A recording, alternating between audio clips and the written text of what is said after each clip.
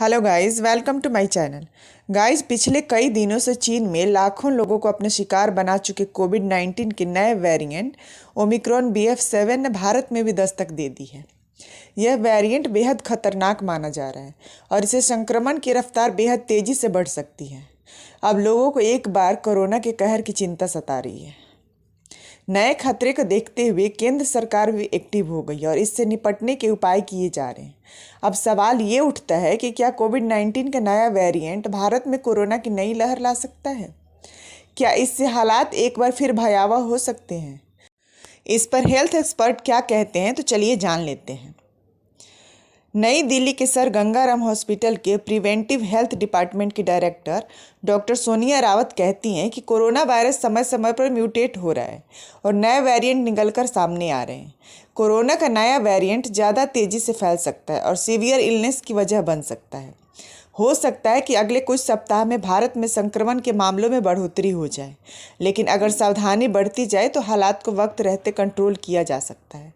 भारत में बड़े पैमाने पर वैक्सीनेशन हो चुका है, इसलिए नए वेरिएंट के घातक होने की संभावना कम है। हालांकि वैक्सीन नए वेरिएंट पर कितना असर करेगी, इस पर कुछ भी कहना जल्दबाजी होगी। फिलहाल सभी को सतर्क रहने की ज़रूरत है। वहीं दिल्ली मेडिकल एसोसिएशन के पूर्व अध्यक्ष और NDMC के retired CMO doctor Anil Bansal की माने तो नए वेरिएंट ने भारत में कोरोना की नई लहर के खतरे को बढ़ा दिया है। आजकल इंटरनेशनल ट्रैवलिंग की वजह से एक देश से दूसरे देश में वायरस आसानी से पहुंच जाता है। शुरुआत में 5 से 7 दिनों तक इसके लक्षण नज़र नहीं आते, लेकिन यह लोगों को संक्रमित करता रहता है।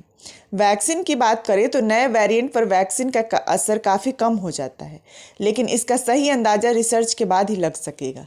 भारत में अगर मामले बढ़ते हैं तो हालात गंभीर हो सकते हैं, क्योंकि अचानक मामले बढ़ने से हेल्थ सिस्टम चरमरा जाता है। एक ज़रूरी बात यह भी है कि कोविड से संक्रमित होने पर लोगों को क्वालिफाइड डॉक्टर से ही इलाज कराना चाहिए, वरना संक्रमण बुरी तरह फैल सकता है। डॉक्टर्स का कहना है कि कोरोना के नए वेरिएंट से उन लोगों को सबसे ज़्यादा खतरा है जो डायबिटीज़, ब्लड प्रेशर, HIV या अन्य गंभीर बीमारियों से जूझ रहे हैं। दमा या सांस डिजीज वाले लोगों के लंग्स में पहुंचकर यह वायरल सीवियर कंडीशन पैदा कर सकता है। इसलिए कमज़ोर इम्यूनिटी और बीमारियों से जूझ रहे लोगों को खास ख्याल रखना चाहिए। अगर किसी ने वैक्सीन की बूस्टर डोज नहीं लगवाई तो जल्द से जल्द यह डोज लगवाकर खुद की सुरक्षा मजबूत करें। एक्सपर्ट की माने तो लोगों को नए वेरिएंट को लेकर अभी से सावधानी बरतनी होगी, वरना हालात भयावह हो सकते हैं। अगले कुछ दिनों में नए साल की पार्टी होगी, जिनमें भीड़ भाड़ से वायरस फैलने का खतरा ज़्यादा है। इससे बचने के लिए लोगों को मास्क लगाना होगा, सोशल डिस्टेंसिंग का पालन करना होगा और भीड़ भाड़ वाली जगहों से दूर रहना होगा। पहले की तरह कोविड नियमों का सख्ती से पालन करके नई लहर को रोका जा सकता है।